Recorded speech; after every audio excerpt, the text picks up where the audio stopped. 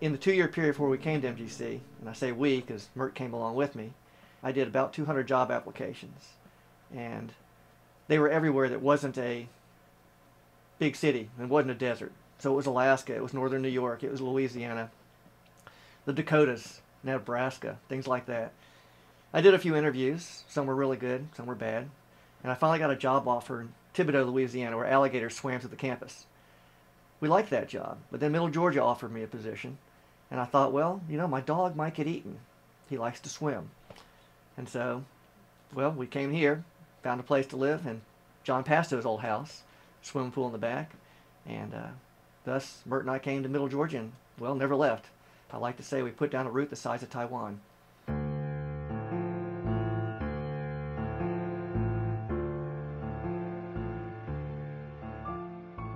I came to Middle Georgia in 2006, and I was one of the 40 hires that year. I came here in August of 2004. I was living in Syracuse, New York, and it was just one winter too many, so I had to come down south. I came to Middle Georgia College after, right after I got married, and I came over to the college to see what opportunities were available. I first came to MGC the summer of 1981.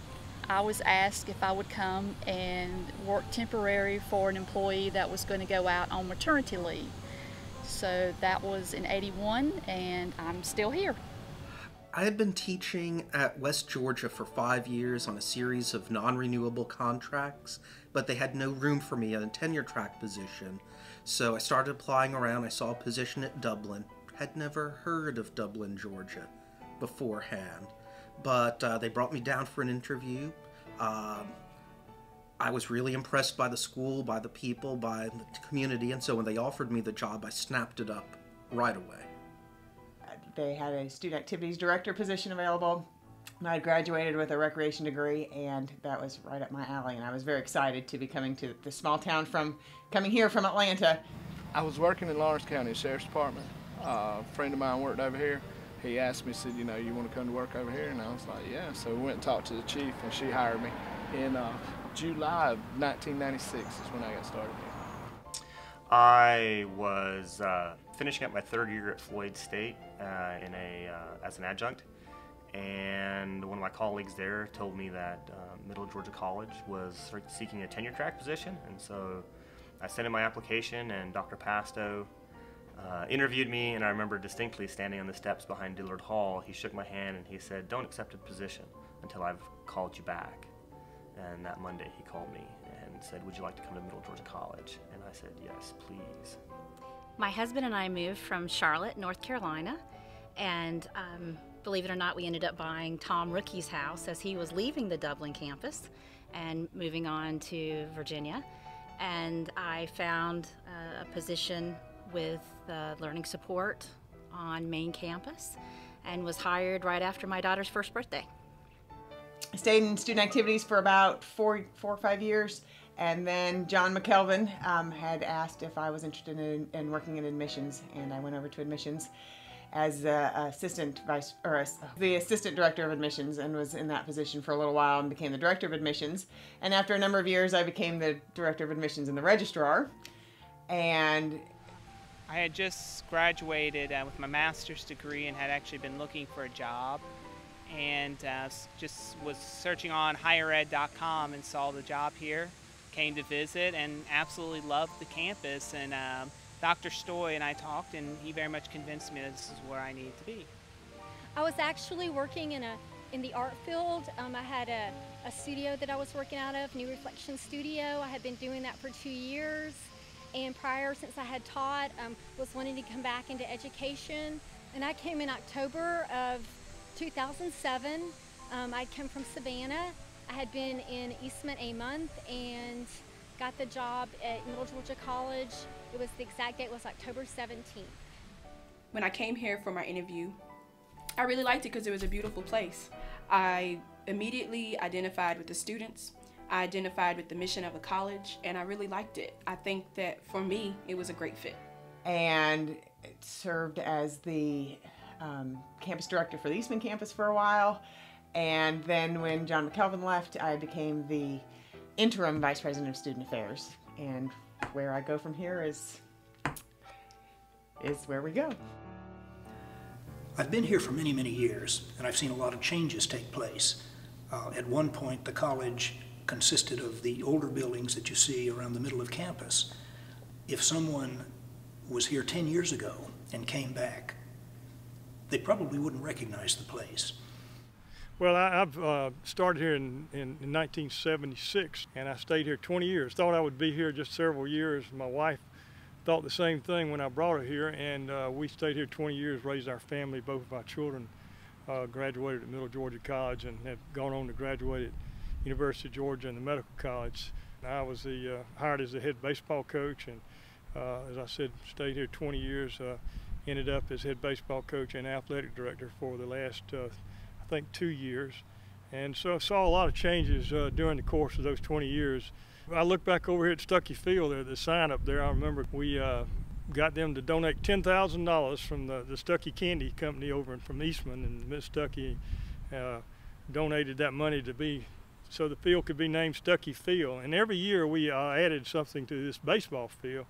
I remember going with Jackie Holder, who was our county commissioner, to the legislature and purchasing, trying to get them to vote on giving us some wood poles so we could put lights, because at that time we had no lights, and came through with that political fight there to get poles for our lights. And we added bleachers. We went up to the old movie theater, had closed downtown, and took out the seats, put them out here on the baseball field, and those were our box seats. And we sold out the first year. I think we had about 150 box seats, and we put those behind home plate. So we made changes every year on our field.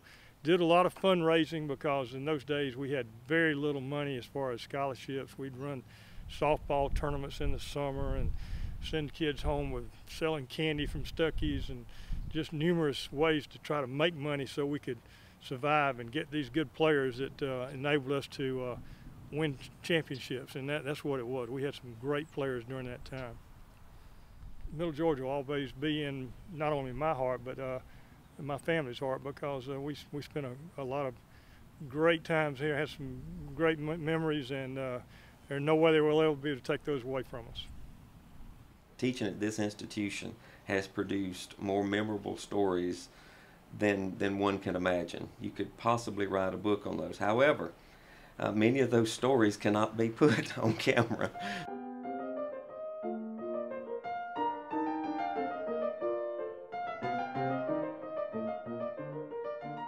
At one point, the boys and girls lived in separate dorms, and we had a dean of men and a dean of women. I remember a number of years ago, the president at the time decided that girls should not wear shorts or pants. They should wear skirts. He thought that was a little more proper. Well, unfortunately, that was about the time miniskirts came along, so it defeated the purpose of the decorum that he was trying to establish. I used to work in Willem Hall, and that was just a memorable story in itself. Coming from 3 different sections of buildings like A, B, and C, and the day they tore that building down, I screamed hallelujah, thank you Jesus. I came to MGC August of 2000. When I got here, we had football, and I remember President Watts, he was our interim president at the time, calling me and Alan in his office, and he was like, I need you to go over because we're going to dismantle football. So I was like, really? Just got here probably 3 or 4 months at the time, and then I'm having to go and tell somebody they can't play football. Back in the early 90s, back then we had, of course I taught technology too, and we had those old computers, I think they were Tandys, that's what the old Tandy computers. They put these computers down in a room that had sewage pipes above them, the sewage of the building. Well, as you can imagine, one day we were down there having class, and we started having sewage problems. Started coming into the classroom. Well, it upset me at a young age of my early 20s. I thought I knew everything.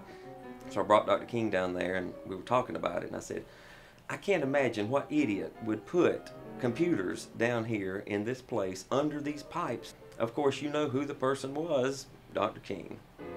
And so here I am calling my boss. At that time, I've only been hired about a year or two. I'm calling him an idiot.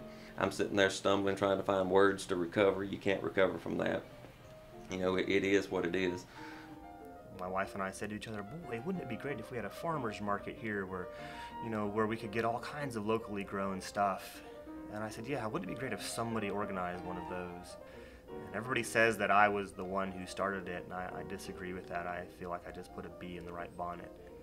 And Dr. Stoy was the one who put me in contact with the president of the Chamber of Commerce, and I went and talked with her. She said, you know, I have just the people you need to talk to. And she set me up with Cochrane Better Hometown Association, and 3 years later it's still going.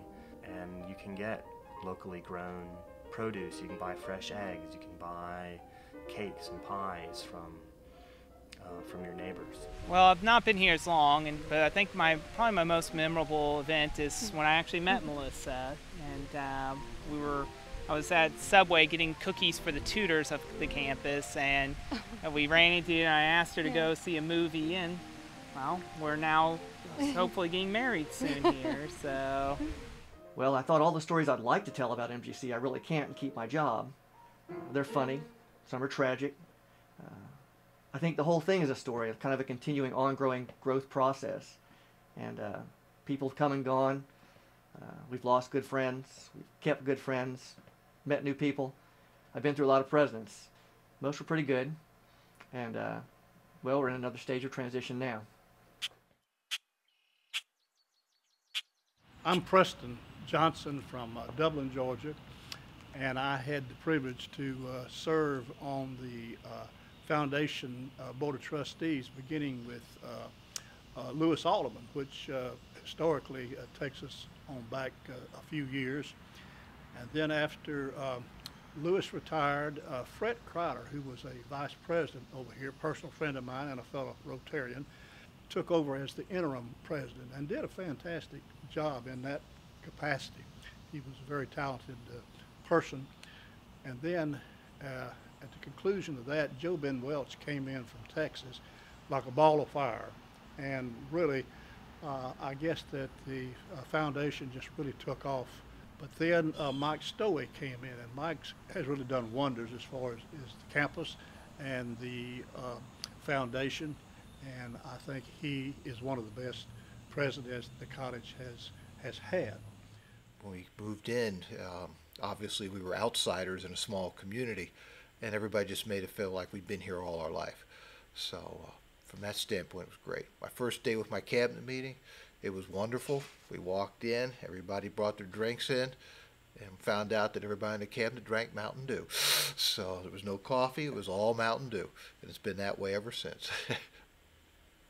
We came in here with a goal of expanding the baccalaureate programs, improving outreach to the community, and we have accomplished that. The economy slowed us down a little bit, but we were one of the few institutions that's been able to handle budget cuts, reorganize, and still expand programs. The fact that we were able to add baccalaureate programs, expand the aviation program, we're now on a national scene where I'd probably put us in the top 5 to 10 schools in the nation in the aviation field. And that's coming out of rural Georgia. So, you know, we've done a wonderful job there, and we've been able to hire top-notch faculty. We've made this a destination for people. We've built a strong community relationships. It feels like, you know, this is a total package here. You've got the community, you've got the college, and we're all working in concert to bring education to the Middle Georgia area. We've been doing that all along since 1884, and we've continued with that same tradition.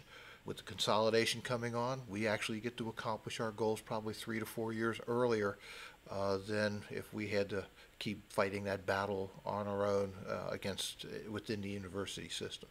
So what I set out to do has been accomplished. We got halfway there, and then the consolidation came in, and we made the giant leap all the way to the end almost overnight. So. Middle Georgia College has served such an incredible purpose as an institution in this area, whether it be a starting point or a starting to finish point for many students. And I think it's just been a brilliant institution to support community services and also to branch students to other institutions.